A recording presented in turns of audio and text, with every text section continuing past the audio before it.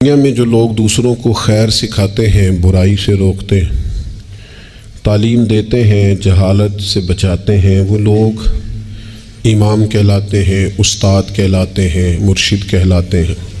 بھلائی کے پیغام کو عام کرنے والے کو لوگ مصلح سمجھتے ہیں، اس کو اپنا بڑا جانتے ہیں اور کوشش کرتے ہیں کہ ان سے سیکھی ہوئی باتوں کو اپنی زندگی میں نافذ کریں۔ اللہ تبارک و تعالیٰ نے اس ساری امت کو یہ فرمایا ہے، ساری امت کو، کہ تم اس لیے بہترین امت ہو کہ تم نے لوگوں کو خیر کا حکم دینا ہے، تم نے لوگوں کو برائی سے بچانا ہے۔ کنتم خیر امت اخرجت للناس، فرمایا تم بہترین امت ہو، لوگوں کی بھلائی کے لیے تمہیں پیدا کیا گیا ہے۔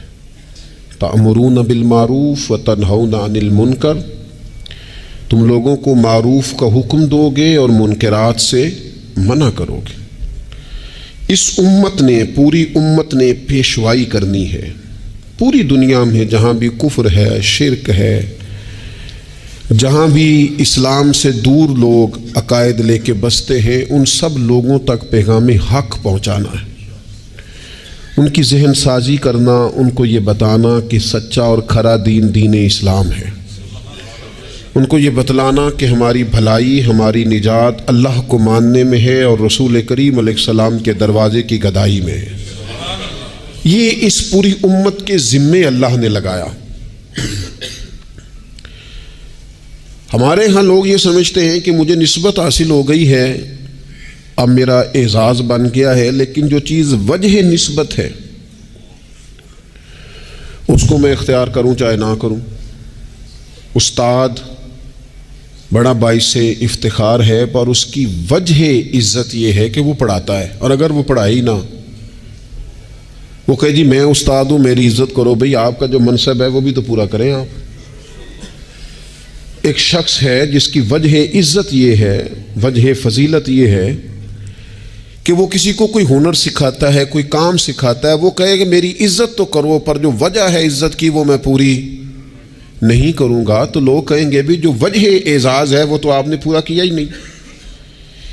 اس امت مسلمہ کی جو وجہ فضیلت ہے وہ سب سے پہلی تو یہ ہے کہ یہ رسول پاک کی امت ہے، یہ سب سے پہلا اعزاز ہے، اور دوسری اس کی جو فضیلت اللہ کے قرآن نے بیان کی وہ یہ کی کہ تأمرون بالمعروف، یہ لوگوں کو بھلائی کا حکم دینے والے لوگ ہیں، وتنہون عن المنکر، اور یہ لوگوں کو منکرات سے، بری چیزوں سے، بری باتوں سے روکنے والے۔ اس امت نے غلبے کا کام کرنا تھا، دنیا پہ دین کے جھنڈے کو بلندی دینی تھی۔ ہمارے ہاں جو ہمارا دین ہے نا، اسے ہم نے بطور مذہب کے لیا ہے، بطور دین کے نہیں۔ ہم دین اسلام کو مذہب کے طور پر لیتے ہیں، نماز پڑھنا، روزہ رکھنا، شادی کا موقع آ گیا تو چلو باقی سارے کام اپنی مرضی کے، اور نکاح ضرور کرنا ہے، ایجاب و قبول کرانا ہے دینی طریقے پر، اچھی بات ہے۔ ہم اس کو بطور مذہب کے لیتے ہیں، بطور دین کے نہیں۔ یعنی ہم کہتے ہیں کہ ہم مسجد کے اندر تو اسے قبول کریں گے، لیکن جب دینی طور پر قبول کریں گے نا، پھر ہم مطالبہ کریں گے کہ کچہری میں بھی رسول اللہ کا دین ہونا چاہیے۔ پھر ہم نفاذ کی بات کریں گے، پھر ہم اس کے غلبے، هو الذی ارسل رسولہ بالہدی والدین الحق، یہ دین ہے، والدین الحق لیظہرہ علی الدین کلہ۔ اللہ فرماتے ہیں یہ رسول ہم نے اس لیے بھیجے ہیں دین حق دے کے، تاکہ اس دین کو سارے دینوں پر غالب کر دیں، اس کا غلبہ ہو۔ ہمارا کفر کے ساتھ یہ طریقہ ہمیشہ یہ رہا، غیروں کے ساتھ، کہ بھئی دین ہمارا چلے گا، تم ہمیں جزیہ دو، اپنے مذہب کے مطابق تم کرو پوجا پاٹ، معاذ اللہ جو تم نے کرنی ہے، اگرچہ وہ درست نہیں ہے۔ لیکن اب کیا ہوا ہے؟ اب یہ ہوا ہے کہ نظام ان کا ہے ہر جگہ پہ، اور ہمیں یہ کہا گیا ہے کہ نماز پڑھو کوئی حرج نہیں، روزہ رکھو، زکوٰۃ دو، خدمات کرو، لیکن جو نظام ہے ارسل رسولہ بالہدی والدین الحق لیظہرہ علی الدین کلہ، وہ ہمیں کہتے ہیں کہ نظام ہمارا رہے گا، امریکہ، افریقہ، برطانیہ میں نماز پڑھنے پر تو کوئی پابندی نہیں، لیکن وہ آپ کو آپ کے قانون کے مطابق نفاذ دین کی اجازت، اور یہاں بھی یہ حال ہے۔ ہمارا سیاستدان کیا کہتا ہے مولوی نماز پڑھے، کون منع کرتا ہے، بڑی مسجد بنائے، لیکن سیاست کی بات نہ کرے، وہ غلبے کی بات نہ کرے، وہ اسمبلی میں دین کی بات نہ کرے۔ یہ وہ بنیادی فرق ہے جسے سمجھنے کی ضرورت ہے کہ جب تک نفاذ دین نہیں ہوتا اتنی دیر تک یہ تفریق ختم نہیں کی جا سکتی کہ یہ امیر ہے اور یہ غریب ہے۔ اتنی دیر تک یعنی آپ تک نماز تو آئے گی اگر آپ بطور مذہب دین کو لیں گے، لیکن انصاف نہیں آئے گا۔ انصاف گھر میں تب آئے گا جب دین نافذ ہوگا۔ غریب کو اس کی داد رسی اس وقت ہوگی جب کچہری میں اور جب پارلیمنٹ میں دین آئے گا۔ یہ ضروریات زندگی کی تب پوری ہوں گی، ورنہ ٹھیک ہے غریب کی مدد ہو رہی ہے، مسکین سے تعاون ہو رہا ہے اپنے لب و لہجے، تو دین کے لیے جد و جہد کرنا، دین کے نفاذ کی کوشش کرنا، سب سے پہلا مسئلہ تو یہ ہے دین کیسے نافذ ہو۔ سب سے پہلا مسئلہ تو یہ ہے کہ ہمارے اندر وہ خاص شعور ہی نہیں کہ مذہب کو نافذ ہونا چاہیے، کیونکہ اپنی اپنی دکانداری، اپنا اپنا نظام، اپنا اپنا حساب، اپنے اپنی طریقے سے سب لوگ لے کے چل رہے ہیں۔ وہ ایک نظام کے جھنڈے کے تلے آنے کو تیار۔ سب سے پہلی بات تو یہ ہے کہ ہمارے اندر دینی شعور پیدا ہو، ہم پسند کریں اس بات کو کہ اگر نبی پاک نے سادہ کھانا پسند کیا تو ہمیں بھی سادہ پسند ہے۔ ہم پسند کریں اس بات کو کہ اگر حضور نے فرمایا ہے کہ سادی بارات جائے گی، تھوڑے سے لوگ ہوں گے، نکاح آسان ہوگا، وہ برکت والا ہوگا، تو ہمارا یعنی وہ جو ہمارے اندر چیز پنپتی ہے نا کہ میں مطلب چاہ کرنا ہے میرے منڈے دا بیاہ ہے، وہ پنپے نہ، وہ خواہش نہ پیدا ہو۔ سب سے پہلی بات تو یہ ہے ہم کہیں یار میں اسی طرح بیٹی کا بیاہ کروں گا جس طرح مدینے والے نے سیدہ فاطمہ کا کیا ہے، ہم اسی طرح نکاح کو رواج دیں گے جس نکاح کا رواج نبی پاک نے مولا علی شیر خدا کے لیے پسند فرمایا ہے۔ یہ جب پہلی بات تو یہاں اپنے آپ کو کھڑا کرنا بڑا ضروری ہے، یہاں نہیں کھڑا کر پاتے۔ اگر پیسے ہاتھ نہیں آئے تو چلو ٹھیک ہے ہم سادے ہو گئے، اگر آ گئے تو یاد رکھو فقیری میں فقیری کرنا کوئی کمال نہیں، کرنی پڑتی ہے، مجبوری ہوتی ہے۔ فقیری میں فقیری کوئی کمال نہیں، کمال تو یہ ہے کہ تو بادشاہی میں فقیری کرے، تیرے پاس لاکھوں پڑے ہوں پر تیرا مزاج فقیرانہ ہو، کروڑوں اربوں تو خرچ کرنے کی طاقت رکھتا ہو لیکن تو کہے نہیں میں مزاج فقیر۔ سلام اس پر کہ جس نے بادشاہی میں فقیری کی، سلام اس پر کہ جس نے بے کسوں کی دستگیری کی، سلام اس پر کہ جس نے بادشاہی میں فقیری کی۔ نبی پاک علیہ السلام نے بادشاہی میں فقیری کی، حضرت ابوبکر نے بادشاہی میں فقیری کی، حضرت سیدنا عمر فاروق نے بادشاہی میں فقیری کی، کروڑوں خرچ کرنے والے عثمان غنی، لیکن سیدنا عثمان غنی کی شان یہ ہے کہ جب خطبہ دینے کے لیے منبر پہ بیٹھتے ہیں تو کرتے پہ بھی پیوند ہیں اور ان کی تہمت پر بھی پیوند ہیں اور ان کی پگڑی بھی پرانی ہے۔ تو لوگوں نے کہا یہ کیا ہے؟ تو کہا یہ وہی ہے جو ہمیں مدینے والے رسول نے سکھایا ہے، وہ خرچ کرنا ہے دوسروں پر، وہ سارے کا سارا اپنے اوپر اعلیٰ آسائشیں حاصل کرنا اور پتہ نہیں کہاں سے کہاں نکل جانا۔ حضرت مولا علی شیر خدا امیر المومنین ہیں، لیکن کوفے کی جامع مسجد کے باہر کھڑے ہو کے کہتے ہیں میری زرہ خرید لو، طامت زیادہ پرانی ہو گئی، اب تو پیوند کی جگہ بھی نہیں رہی، اگر پیسے ہوتے تو میں زرہ نہ بیچتا۔ یہ بادشاہی میں فقیری ہے۔ یہ کون ہے؟ یہ علی کون ہے؟ یہ حسنین کون ہیں؟ یہ دنیا کے باغ کے مالک نہیں، یہ تو جنت کے مالک لوگ ہیں، لیکن بادشاہی میں فقیری ہے۔ ایک تو یہ ماحول بنائیں کہ دین کو بطور دین قبول کریں، جس کو تجارت نہ بنائیں کہ میں نفل پڑھوں گا تو میرا کام صحیح چلے گا تو میں فلانا کام کروں گا۔ عبادت کو عبادت رہنے دیں، اگرچہ تسبیحات گننا جائز ہے لیکن ہر وقت اپنی نیکیاں گنتے ہی رہنا اور کانوں میں بتا دینا کہ آج میں 4,500 پڑھے ہے، یہ بھی ٹھیک۔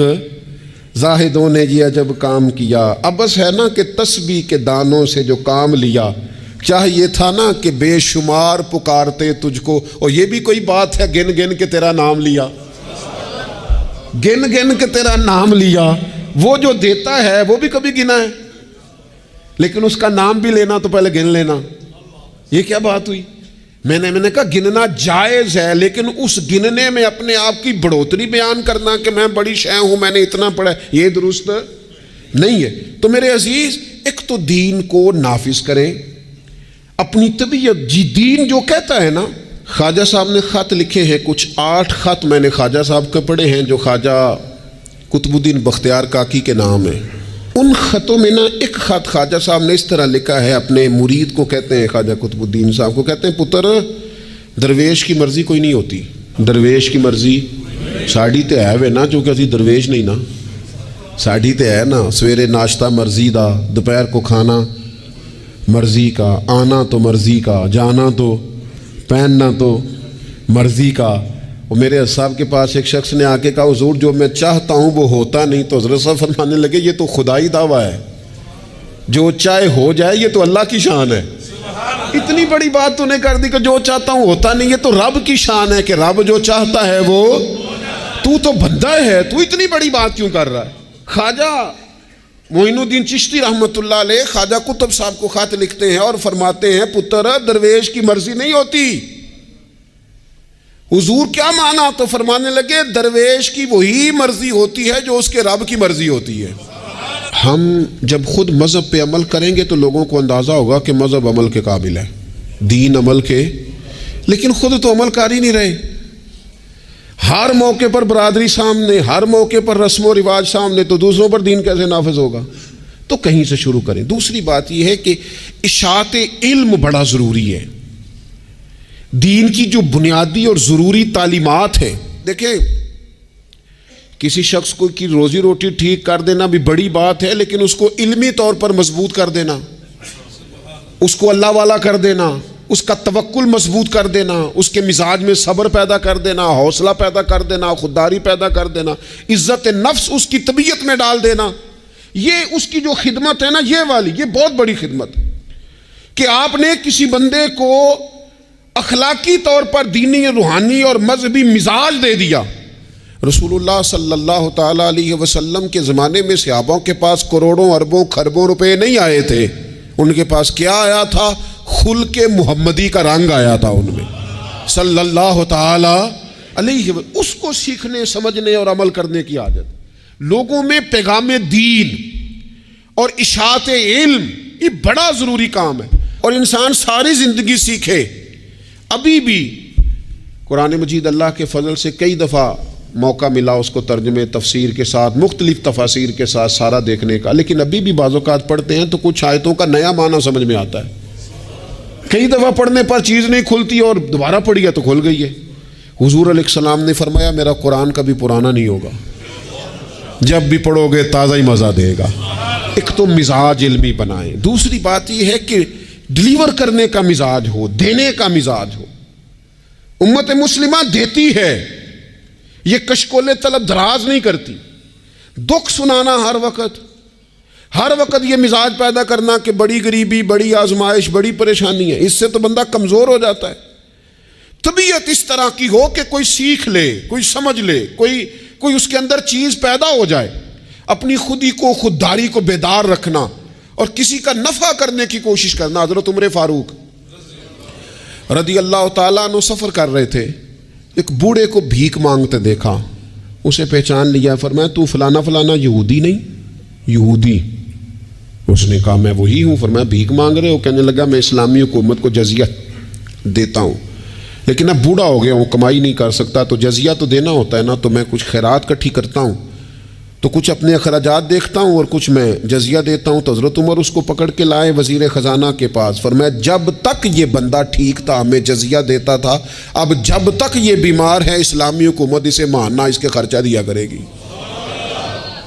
یہ امت تو دینے والی ہے، اس کو ماہانہ خرچ ہم دیں گے۔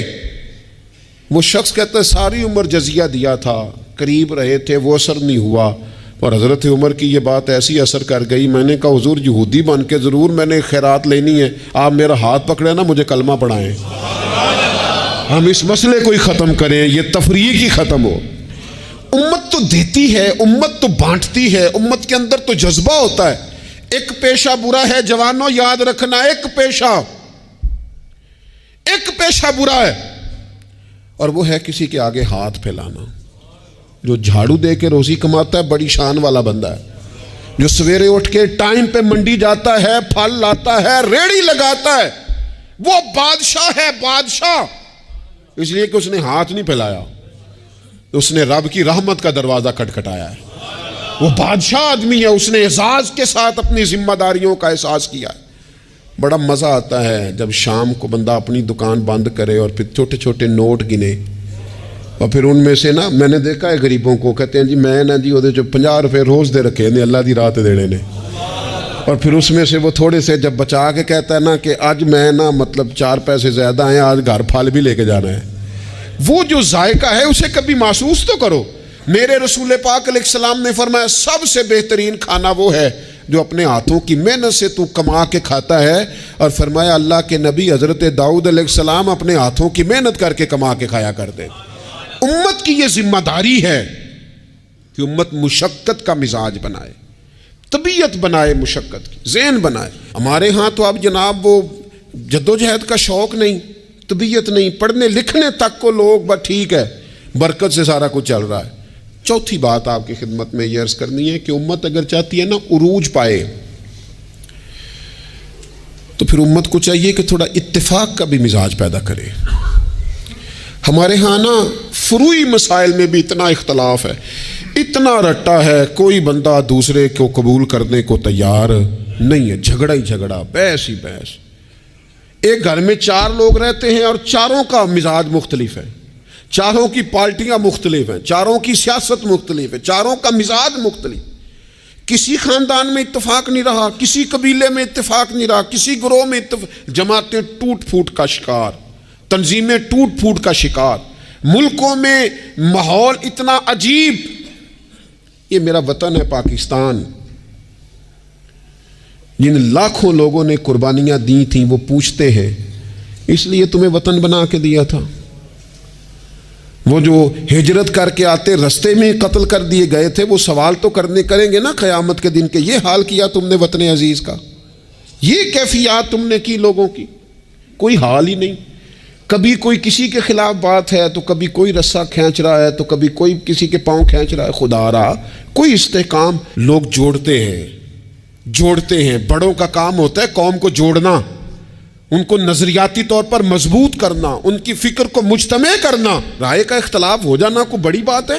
زندہ لوگوں میں اختلاف ہو جاتا ہے، زندے جب لوگ ہوتے ہیں تو ان کی رائے مختلف، لیکن اپنی رائے کو دوسرے پہ مسلط کرنا، تھوڑا سننے کا بھی حوصلہ پیدا کریں تو کچھ اتفاق کا مزاج، کچھ تھوڑی دوسروں کی تعریف، کچھ تھوڑا کسی اور کو بھی قبول کر لینا، تھوڑا سا کسی اور کے بارے میں بھی کبھی اچھی رائے دے لینا، کبھی کہہ لینا کہ نہیں فلانا فلانا فلانا فلانا آدمی۔ جب لوگ بخیے ادھیڑ رہے ہوتے ہیں نا، فلانا بھی برا ہے، فلانا بھی برا ہے، فلانا بھی برا ہے، فلانا بھی برا ہے، تو میں اکثر کہتا ہوں یار تم نے اتنی جلدی کر دی سب کو برا کہنے کی، تمہیں پتہ نہیں لقد خلقنا الانسان فی احسن تقویم۔ رب کہتا ہے میں نے تو بڑا سونا انسان بنایا ہے اور تمہیں کسی میں اچھائی نظر نہیں آ رہی۔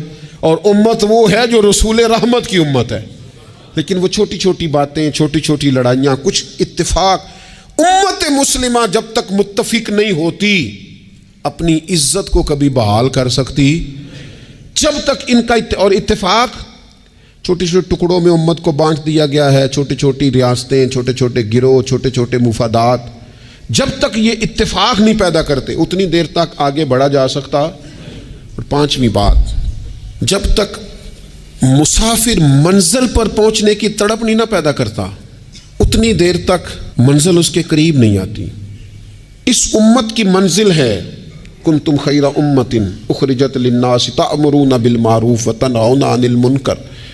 اس امت کی منزل ہے دنیا کو خیر کا پیغام دینا، لوگوں کو برائی سے روکنا، اس کی منزل ہے۔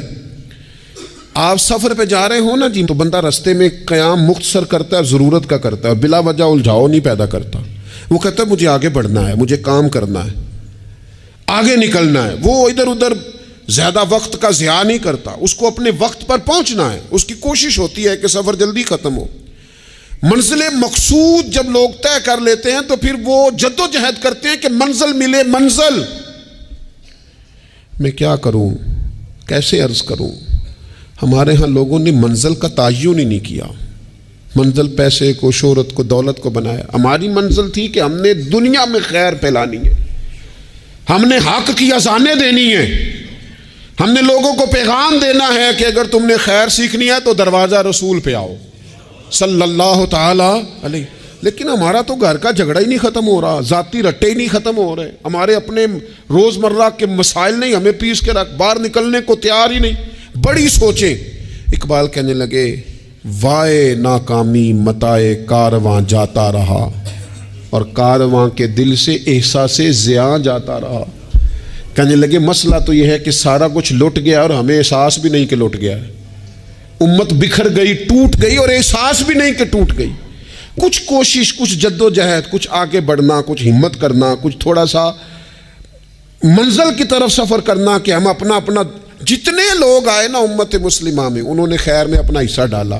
حضرت صدیق اکبر، فاروق اعظم، عثمان غنی، مولا علی، سعد بن ابی وقاص، حضرت ابو عبیدہ بن جراح، جناب معاذ بن جبل، حسنین، کریمین، آگے آئیے حضرت عمر بن عبدالعزیز، امام بخاری، امام مسلم، امام ترمذی، امام اعظم، امام احمد بن حنبل، امام شافعی، اعلیٰ حضرت بریلوی۔ آپ دیکھیں لوگ اپنے اپنے دور میں اپنا حصہ ڈالا، وہ دین کا پیغام دور کے تقاضوں کے مطابق سناتے گئے۔ اگر وہ پیغام بغداد آیا تو غوث پاک نے ممبر سجا لیا، اگر وہ پیغام اجمیر آیا تو خواجہ معین الدین نے ممبر سجا لیا، اگر وہ پیغام پاک پتن آیا تو بابا فرید ممبر پہ بیٹھ گئے، دنیا کو اللہ اللہ سکھا دی۔ اگر وہ پیغام لاہور آیا تو سید حجویر مخدوم امم، گنج بخش فیض عالم، مظہر نور خدا، ناکسارا پیر کامل کامل آرا، رہنما وہ اذانیں دیتے رہے، اپنے اپنے حصے کی ڈیوٹی کرتے رہے۔ اب میری اور آپ کی باری آئی، سو کے وقت نہ گزار دینا، دیکھنا سوتے سوتے اسرائیل نہ آ جائیں، دیکھنا کھانے پینے کے سفر میں ہی زندگی تمام نہ ہو جائے، دیکھ لینا پروگرام بناتے بناتے ہی سانسیں ٹوٹ نہ جائیں۔ اقبال تڑپ کے کہنے لگے، حضور کی بارگاہ میں کہنے لگے میری زندگی کا مقصد تیرے دین کی سرفرازی، میں اسی لیے مسلمان، میں اسی لیے مسلمان، میں اسی لیے مسلمان، میں اسی لیے نمازی۔ یہ سارا کچھ جو کچھ ہے یہ بلندی دین کے لیے، سربلندی مذہب اسلام کے لیے۔ اپنے اندر جو کوئی کچھ کر سکتا ہے وہ جد و جہد پیدا کرے۔ سب سے پہلی بات تو یہ عرض کی ہے کہ اپنے اندر دین کا شعور پیدا کرے، علم دین کا مزاج بنائے، بادشاہی میں فقیری کی طبیعت پیدا کرے، امت کو جوڑنے کی بات کریں، کم از کم فروعی اختلافات کو تو چھوڑیں۔ اور پانچویں بات یہ ہے کہ جو کوئی کچھ کر سکتا ہے وہ کرے، آگے بڑھے۔ ایک بندے کو نمازی بنا سکتا ہے تو اسے بنائے، ایک کو قرآن مجید کی تعلیم کے قریب کر سکتا ہے تو کرے، لوگوں کو بتائے کہ یہ گناہ، یہ میل کچیل، یہ مومن کی شان ہی نہیں، مومن کا کردار، اس کی عظمت اس کے نام سے واضح ہے۔ وہ حضور والے جو ہیں وہ تو لفظ سے واضح ہے کہ یہ کون لوگ ہیں۔ میری زندگی کا مقصد تیرے دین کی سرفرازی، میں اسی لیے مسلمان، میں اسی لیے نمازی، وما علینا الا البلاغ المبین۔